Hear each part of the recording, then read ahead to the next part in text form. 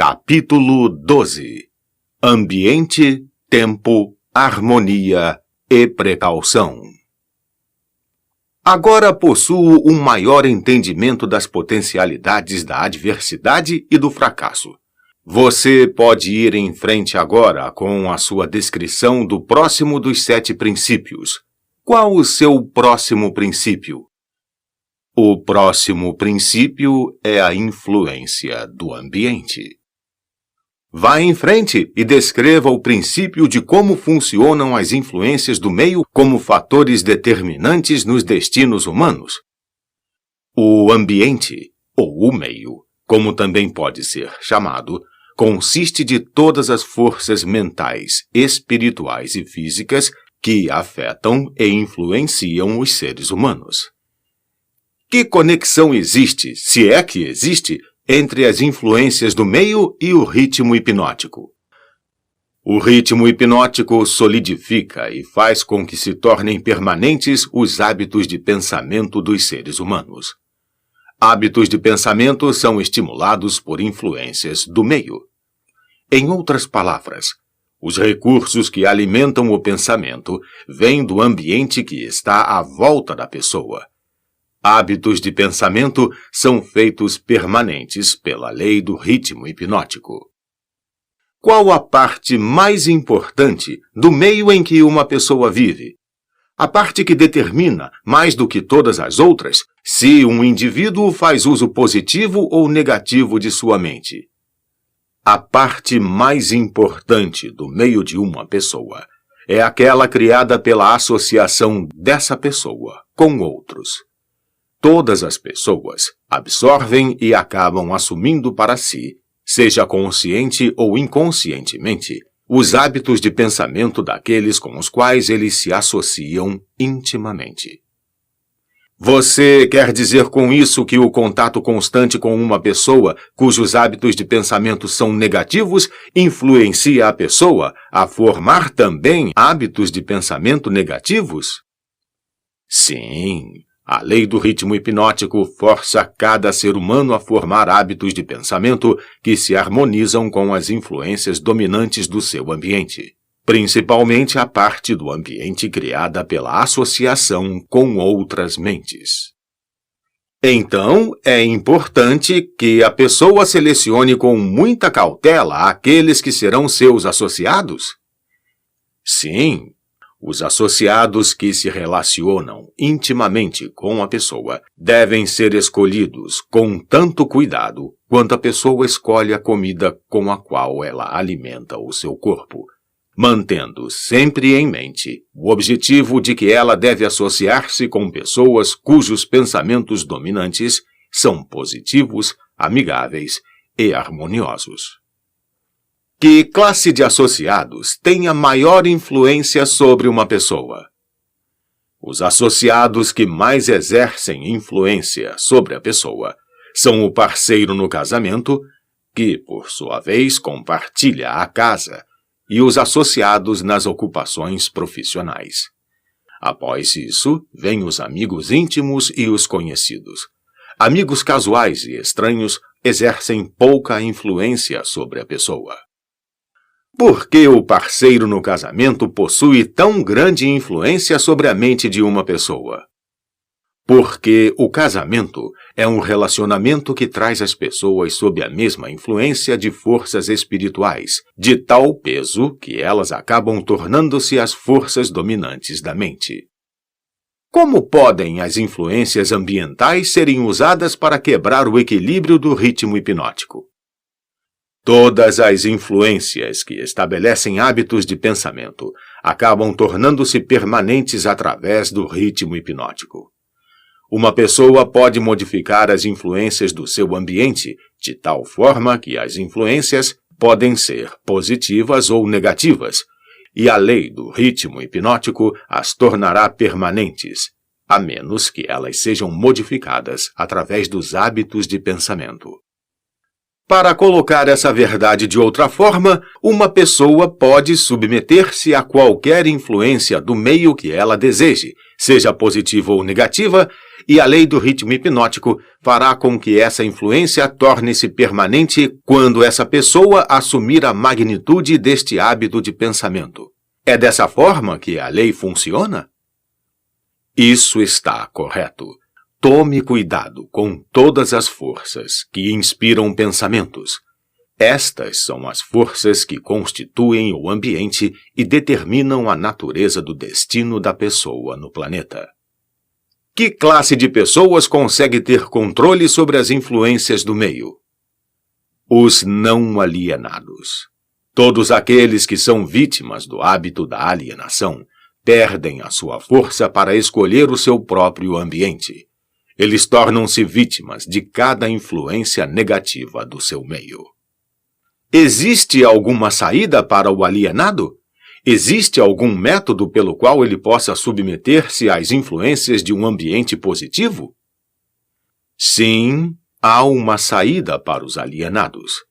Eles podem parar de alienar-se, assumir o controle de suas próprias mentes e escolher um ambiente que inspire pensamentos positivos.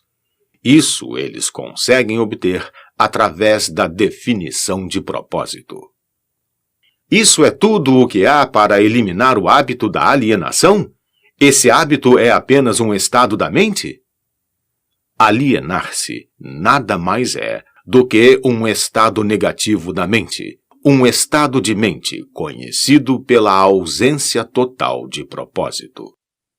Qual o procedimento mais efetivo que uma pessoa pode seguir para estabelecer um ambiente que seja útil para desenvolver e manter hábitos de pensamento positivos? O mais efetivo de todos os ambientes é aquele pelo qual um grupo de pessoas cria uma aliança amigável, que os obrigará a auxiliar um ao outro no alcance de um objetivo, através de um propósito definido.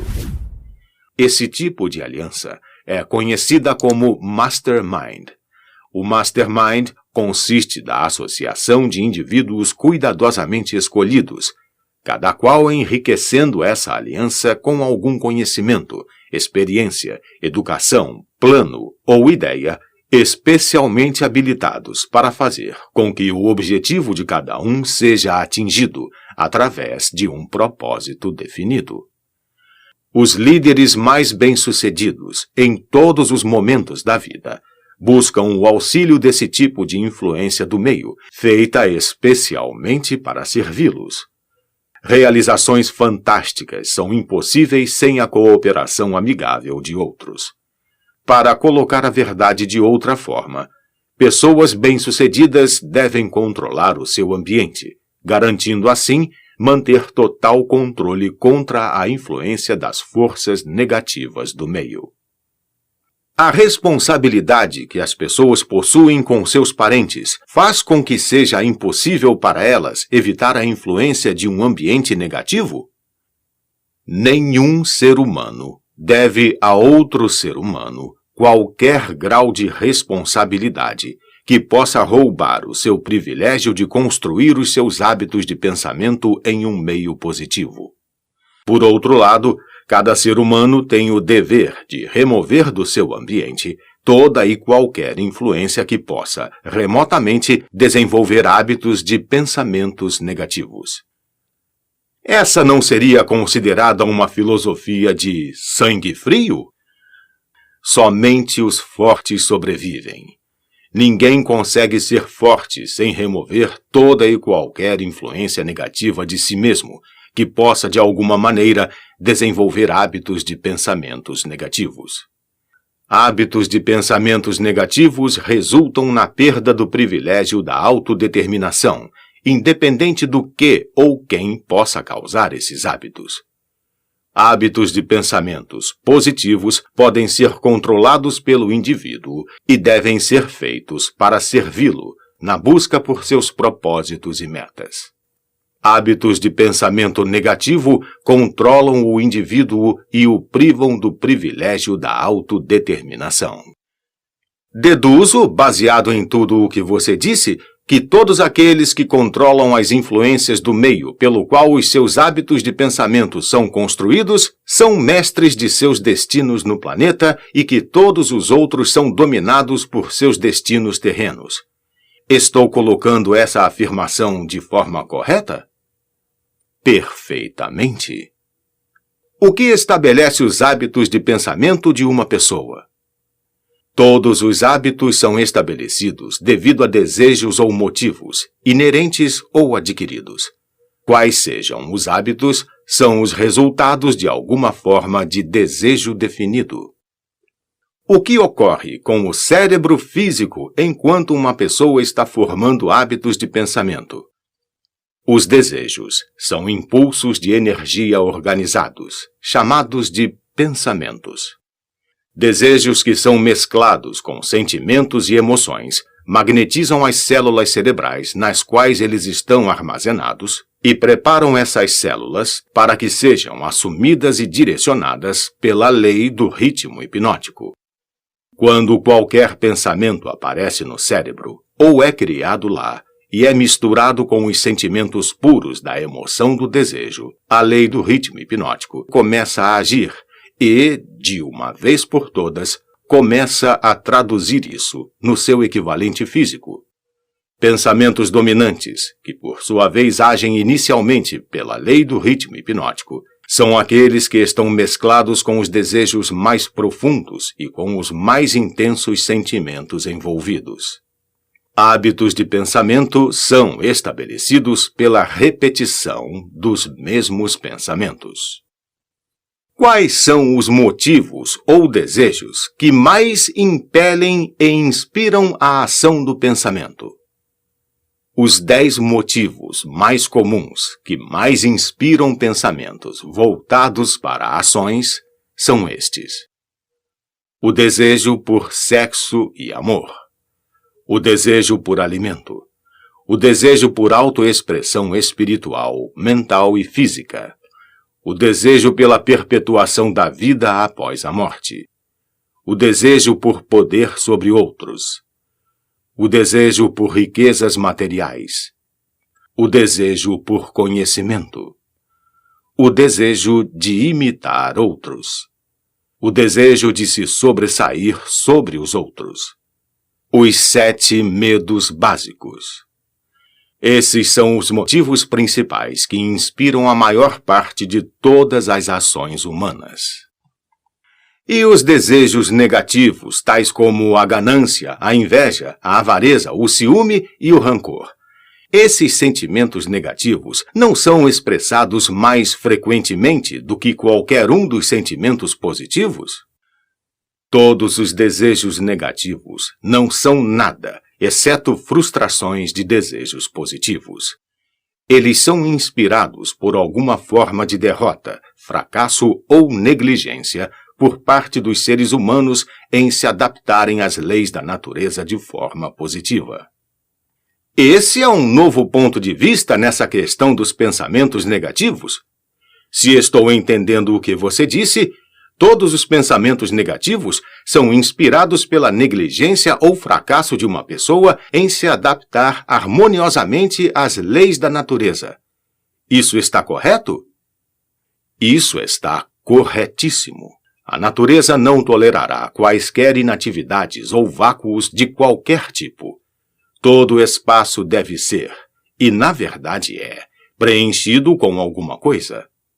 Tudo nesta existência, tanto de natureza física como espiritual, deve ser e estar em constante movimento. O cérebro humano não é exceção a essa regra. Ele foi criado para receber, organizar, especializar-se e expressar o poder do pensamento.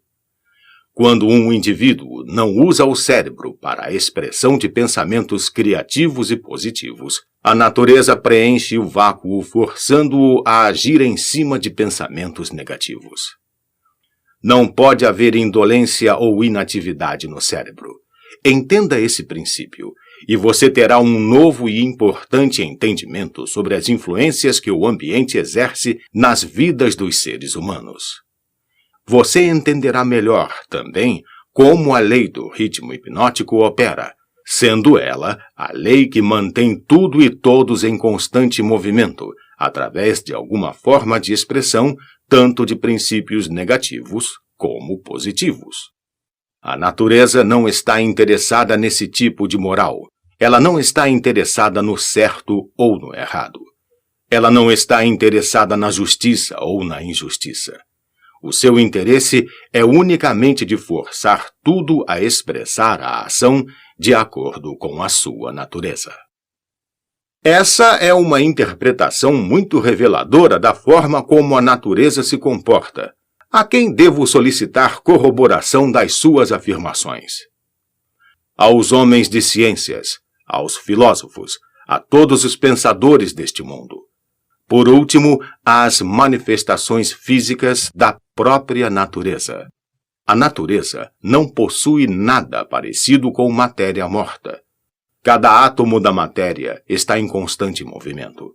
Toda a energia movimenta-se contínua e constantemente. Não existem espaços vazios em lugar algum. O tempo e o espaço são literalmente manifestações do movimento, com tal grandeza de velocidade que não pode ser medida pelos seres humanos. Por tudo o que você está dizendo, uma pessoa é forçada a concluir que as fontes de conhecimento são chocantemente limitadas. As fontes desenvolvidas de conhecimento são limitadas. Todo o cérebro de um adulto normal é um portal em potencial para todo o conhecimento que existe através dos universos. Todo o cérebro de um adulto normal possui dentro do seu mecanismo a possibilidade de se comunicar diretamente com a inteligência infinita, a fonte de onde provém todo o conhecimento que existiu, existe e existirá. A sua afirmação me leva a crer que todos os seres humanos podem tornar-se aquilo que chamam de Deus. É isso que você quer dizer? Através da lei da evolução, o cérebro humano está sendo aperfeiçoado para comunicar-se automaticamente com a inteligência infinita.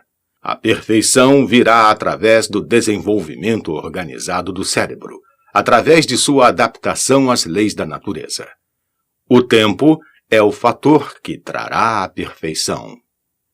O que causa ciclos de eventos recorrentes, tais como epidemias de doenças, crises econômicas, guerras e ondas de crimes? Todas as epidemias, nas quais um grande número de pessoas é afetado de maneira similar, são causadas pela lei do ritmo hipnótico, através da qual a natureza consolidada, pensamentos de natureza similar, faz com que esses pensamentos sejam expressados através de uma ação em massa. Então, a grande crise econômica foi colocada em ação devido ao grande número de pessoas que foram influenciadas a liberarem pensamentos de medo? Isso está correto? Perfeitamente. Milhões de pessoas estavam agindo para conseguir alguma coisa em troca de nada, através da aposta no mercado financeiro. Quando elas de repente descobriram que tinham conseguido nada por alguma coisa, elas se aterrorizaram, correram para os seus bancos e retiraram os seus dinheiros. E o pânico estava instalado. Através do pensamento em massa de milhões de mentes, todos pensando em termos de medo da pobreza, a crise prolongou-se por alguns anos. Pelo que você está dizendo, deduzo que a natureza consolida os pensamentos dominantes das pessoas e os expressa através de alguma forma de ação em massa, tais como crises econômicas, momentos de euforia nos negócios e assim por diante. Isso está correto? Você está com a ideia certa. Vamos agora para o próximo dos 7 princípios. Vá em frente e o descreva. O próximo princípio é o tempo, a 4ª dimensão. Qual a relação que existe entre o tempo e o funcionamento da lei do ritmo hipnótico? O tempo é a lei do ritmo hipnótico. O lapso de tempo necessário para dar permanência aos hábitos de pensamento depende principalmente do objeto e da natureza dos pensamentos. Mas entendi, pelo que você disse antes, que a única coisa permanente na natureza é a mudança. Se isso é verdade, então o tempo está constantemente mudando, rearranjando-se e recombinando todas as coisas, incluindo os hábitos de pensamento das pessoas. Como então poderia a lei do ritmo hipnótico dar permanência aos hábitos de pensamento de uma pessoa? O tempo divide todos os hábitos de pensamento em duas classes: pensamentos negativos e pensamentos positivos. Os pensamentos de um indivíduo estão constantemente modificando-se e sendo recombinados para se adequarem aos desejos desse indivíduo. Mas os pensamentos não mudam do positivo para o negativo, ou vice-versa, exceto através do esforço voluntário por parte do indivíduo. O tempo penaliza o indivíduo por todos os pensamentos negativos e o recompensa por todos os pensamentos positivos, de acordo com a natureza e o propósito dos pensamentos. Se os pensamentos dominantes de uma pessoa são negativos, o tempo penaliza o indivíduo construindo em sua mente o hábito do pensamento negativo. E então ele procede para solidificar este hábito em um ato permanente durante cada segundo de sua existência.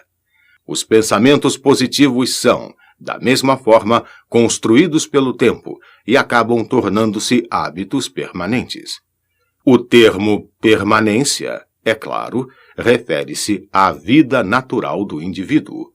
Literalmente falando, nada é permanente. O tempo converte hábitos de pensamento naquilo que pode ser chamado permanência durante a vida do indivíduo. Agora possuo um entendimento melhor de como o tempo trabalha. Quais outras características possui o tempo em conexão com o destino dos seres humanos na Terra? O tempo é o tempero que influencia a natureza, através do qual as experiências humanas podem ser amadurecidas em sabedoria. As pessoas não nascem com sabedoria, mas elas nascem com a capacidade de pensar e podem, através do lapso do tempo, chegar à sabedoria pelos seus pensamentos. Os jovens possuem sabedoria? Somente em assuntos elementares. A sabedoria vem somente com o tempo. Ela não pode ser herdada e não pode ser transferida de uma pessoa para outra, exceto através do lapso do tempo. O passar do tempo pode forçar um indivíduo a adquirir sabedoria? Não. A sabedoria vem somente para os não alienados, que formam hábitos de pensamento positivos como uma força dominante em suas vidas. Os alienados e todos aqueles cujos pensamentos dominantes são negativos nunca adquirem sabedoria, exceto de coisas elementares. Pelo que você está dizendo, entendo que o tempo é amigo da pessoa que treina a sua mente a seguir padrões de pensamentos positivos e inimigo da pessoa que se aliena em hábitos de pensamentos negativos. Isso está correto? Isso é precisamente verdadeiro. Todas as pessoas podem ser classificadas como alienadas ou não alienadas. Alienadas estão sempre à mercê das não alienadas, e o tempo faz com que essa relação seja permanente. Você quer dizer que, se eu me alienar ao longo da minha vida, sem propósito ou objetivo definido, o não alienado pode tornar-se meu mestre e o tempo serve somente para dar ao não alienado uma vantagem mais forte e mais permanente sobre mim? Corretamente. O que é a sabedoria? A sabedoria é a habilidade de relacionar-se com as leis da natureza, de tal forma que elas possam servir a você, e a habilidade de relacionar-se com outras pessoas, de tal forma que você possa ganhar a cooperação harmoniosa e consciente dessas pessoas para ajudarem você a conseguir qualquer coisa que queira da vida. Então, conhecimento acumulado não é sabedoria? Céus, não! Se conhecimento fosse sabedoria, as realizações da ciência não seriam convertidas em instrumentos de destruição. O que é necessário para converter conhecimento em sabedoria? Tempo mais o desejo por sabedoria. A sabedoria nunca pode ser imposta a uma pessoa. Ela é adquirida, se é que é adquirida, pelo pensamento positivo, através de um esforço voluntário e pessoal. É seguro para todas as pessoas ter conhecimento? Nunca é seguro para qualquer pessoa ter um conhecimento extensivo sem sabedoria. Em que idade a maioria das pessoas começa a adquirir sabedoria? A maioria das pessoas que adquire sabedoria o faz após ter passado a idade dos 40 anos. Antes desse período, a maioria das pessoas está muito ocupada, angariando conhecimentos e os organizando em planos, em vez de gastar o tempo no esforço em conseguir sabedoria. Qual a circunstância da vida é mais apta para levar uma pessoa a adquirir sabedoria? Adversidade e fracasso. Essas são as linguagens universais de que a natureza se utiliza para transmitir sabedoria a todos aqueles que estão preparados para recebê-la. A adversidade e o fracasso sempre trazem sabedoria? Não, somente para aqueles que estão prontos para receber a sabedoria e voluntariamente procuraram por ela. O que determina o quão pronta está uma pessoa para receber a sabedoria? O tempo e a natureza dos hábitos de pensamento. Conhecimento adquirido recentemente equivale-se a conhecimento já testado e comprovado? Não. Conhecimento testado através do intervalo do tempo sempre é superior àquele que é recentemente adquirido. O tempo dá ao conhecimento a definição em termos de qualidade, quantidade e confiabilidade. Nunca se pode ter certeza de um conhecimento que não tenha sido testado. O que é um conhecimento confiável? É o conhecimento que se harmoniza com a lei natural, o que significa que é baseado em pensamentos positivos. O tempo modifica e altera os valores do conhecimento? Sim, o tempo modifica e altera todos os valores. Aquilo que é conhecimento apurado hoje pode tornar-se nulo e inválido amanhã, devido ao rearranjo do tempo, dos fatos e valores. O tempo modifica todos os relacionamentos humanos para melhor ou para pior, dependendo da forma pela qual as pessoas se relacionam umas com as outras. No domínio dos pensamentos, existe um momento em que é próprio para semear as sementes destes, e existe um momento próprio para fazer a colheita deles, da mesma forma como existe o momento correto para plantar e para colher no solo da terra. Sem a medição adequada do tempo entre a semeadura e a colheita, a natureza modifica ou retém as recompensas da semeadura. Vá em frente agora e descreva os 2 últimos dos 7 princípios. O próximo princípio é a harmonia. Observando-se toda a natureza, pode-se encontrar provas de que toda a lei natural acontece de maneira ordenada, através da lei da harmonia. Por meio do funcionamento dessa lei, a natureza força tudo o que estiver dentro dos limites de um determinado ambiente a relacionar-se de forma harmoniosa. Entenda essa verdade, e você terá uma nova e intrigante visão da força do ambiente. Você entenderá por que a associação com mentes negativas é fatal para todos aqueles que estão em busca da autodeterminação. Você quer dizer que a natureza voluntariamente força os seres humanos a se harmonizarem com as influências do seu meio? Sim, isso é verdade. A lei do ritmo hipnótico impõe a força sobre cada ser humano, as influências dominantes do ambiente em que ele vive. Se a natureza força os seres humanos a sofrerem a influência do ambiente em que eles vivem, que meios disponíveis existem para eles escaparem de um ambiente de fracasso e pobreza, quando, na verdade, eles desejam fugir desse meio? Eles devem mudar imediatamente desse ambiente ou permanecerão orientados e envoltos pela pobreza. A natureza não permite que ninguém escape das influências do seu ambiente.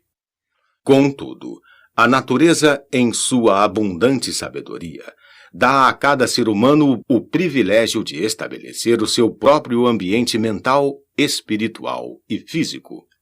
Entretanto, uma vez que ele tenha escolhido o seu ambiente, invariavelmente ele acabará se tornando parte dele. Esse é o funcionamento inexorável da lei da harmonia. Em uma associação com fins comerciais, por exemplo, quem estabelece a influência dominante que determina o ritmo do ambiente? O indivíduo ou os indivíduos que pensam e agem com definição de propósito. É simples assim? Sim, a definição de propósito é o ponto de partida pelo qual um indivíduo deve estabelecer o seu próprio ambiente. Acho que não consegui acompanhar bem o seu raciocínio. O mundo inteiro está dividido pela guerra e pelas crises econômicas e ainda outras formas de crises e rixas que podem representar qualquer coisa, exceto harmonia. A natureza não parece estar forçando as pessoas a se harmonizarem uns com os outros. Como você explica essa inconsistência? Não há inconsistência.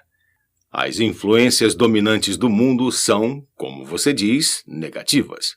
Muito bem, a natureza está forçando os seres humanos a se harmonizarem com as influências dominantes do ambiente do mundo. Manifestações de harmonia podem ser tanto positivas quanto negativas. Por exemplo, um grupo de homens em uma prisão pode, e eles geralmente pensam e agem de maneira negativa, mas a natureza faz com que a influência dominante da televisão seja impressa em cada indivíduo que está presente nela. Um grupo de pessoas orientadas para a pobreza e que vivem em apartamentos pode lutar contra si mesmo e aparentemente resistir a todas as formas de harmonias.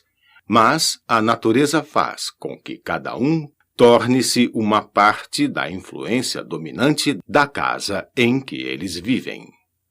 A harmonia, da forma como o seu significado está sendo utilizado aqui, quer dizer que a natureza interrelaciona todas as coisas que são similares através de todos os universos. As influências negativas são forçadas a associarem-se umas com as outras, não importando onde elas possam estar. As influências positivas são, tanto quanto as negativas, definitivamente forçadas a associarem-se umas com as outras. Estou começando a entender por que líderes de negócios bem-sucedidos são tão cuidadosos na escolha de seus associados. Homens bem-sucedidos em quaisquer ramos geralmente estabelecem o seu próprio ambiente cercando-se de pessoas que pensam e agem em termos de sucesso. Essa é a ideia? Essa é exatamente a ideia. Observe com atenção que a única coisa que os homens bem-sucedidos exigem é que a harmonia impere entre os seus associados. Outra característica de pessoas bem-sucedidas é que elas se movimentam com definição de propósito e insistem para que os seus associados façam o mesmo. Entenda essas duas verdades, e você entenderá a diferença que existe entre um Henry Ford e um trabalhador comum. Agora me fale sobre o último dos 7 princípios. O último princípio é a cautela. Próximo ao hábito de alienar-se, a característica humana mais perigosa é a falta de cautela. As pessoas alienam-se em todos os tipos de circunstâncias danosas, devido ao fato de que elas não exercem a cautela, planejando os movimentos que fazem. O alienado sempre se move com a ausência de cautela. Ele age primeiro e pensa depois, se é que ele pensa. Ele não escolhe seus amigos. Ele aliena-se e permite que pessoas se liguem a ele nos seus próprios termos. Ele não escolhe uma ocupação. Ele aliena-se na escola e fica satisfeito quando consegue o primeiro emprego que lhe garante apenas alimentação e agasalho. Ele convida as pessoas a enganá-lo nos negócios pelo fato de não se informar das regras do negócio. Ele convida a doença, negligenciando informar-se das regras para ter uma saúde perfeita. Ele convida a pobreza por negligenciar proteger-se contra as influências do ambiente daqueles que são orientados para a pobreza.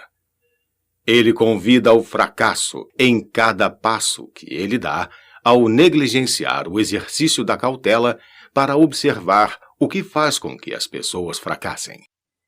Ele convida o medo, em todas as suas formas, pela sua falta de cautela em examinar as causas do medo.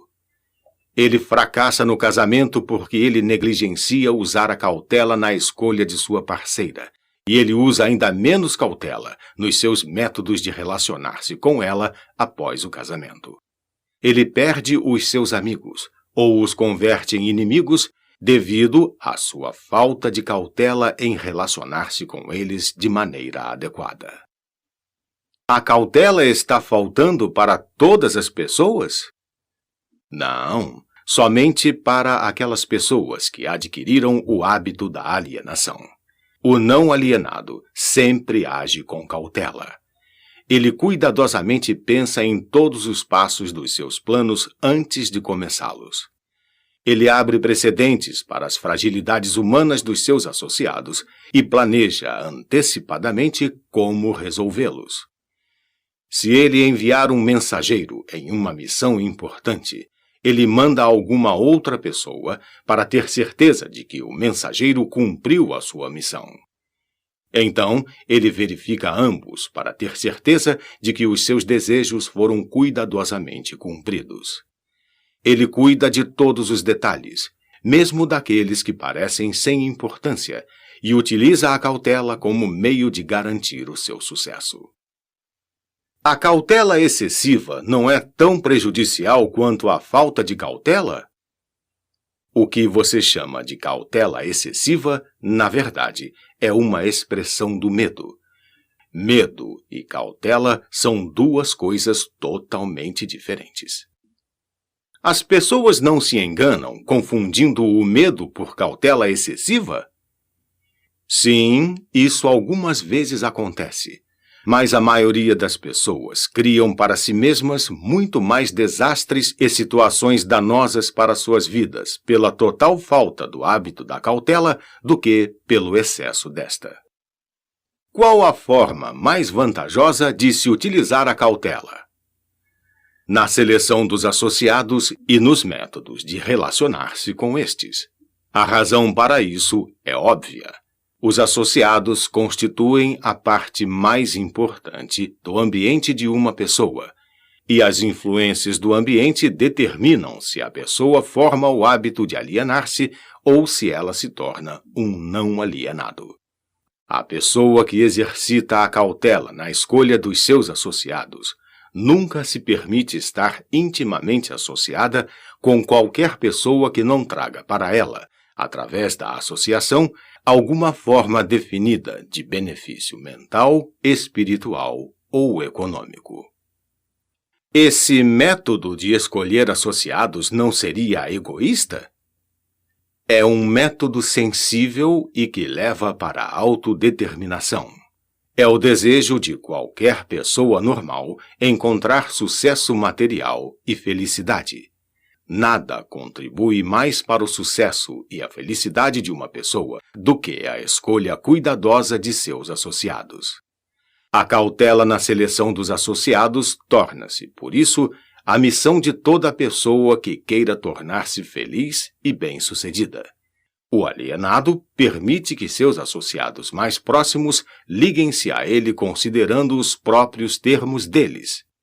O não alienado cuidadosamente escolhe os seus associados e não permite que ninguém se torne intimamente associado a ele sem que contribua com alguma forma de influência útil ou benéfica. Nunca ocorreu a mim que a cautela na seleção de amigos seria tão definitiva para o sucesso ou o fracasso de uma pessoa. Todas as pessoas bem-sucedidas agem com cautela na seleção de seus associados, seja na esfera comercial, social ou profissional de seus relacionamentos. Sem o exercício da cautela na escolha de todos os seus associados, ninguém pode estar certo do sucesso, seja em qual área de atuação for. Por outro lado, a falta de cautela traz consigo algum tipo de derrota em qualquer área de atuação.